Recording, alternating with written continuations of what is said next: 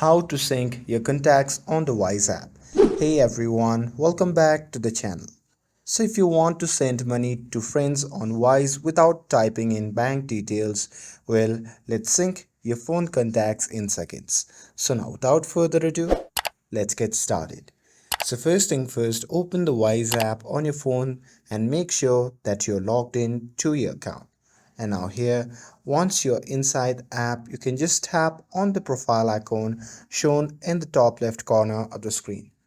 And now here, once you are in your profile section, you can simply scroll down and there under the settings, you can see the option labeled security and privacy. So simply tap on it. And now here in this section, if you scroll down there, you can see the option labeled as sync your contacts. So simply toggle it on and give Wise permission to access your contacts. And here with that, you can simply go back and tap on the recipient tab at the bottom, and then you can simply tap on add recipient and find the friends on Wise, and there you will see who is already on the Wise from your contacts. And that's it. Syncing contacts makes sending money super easy.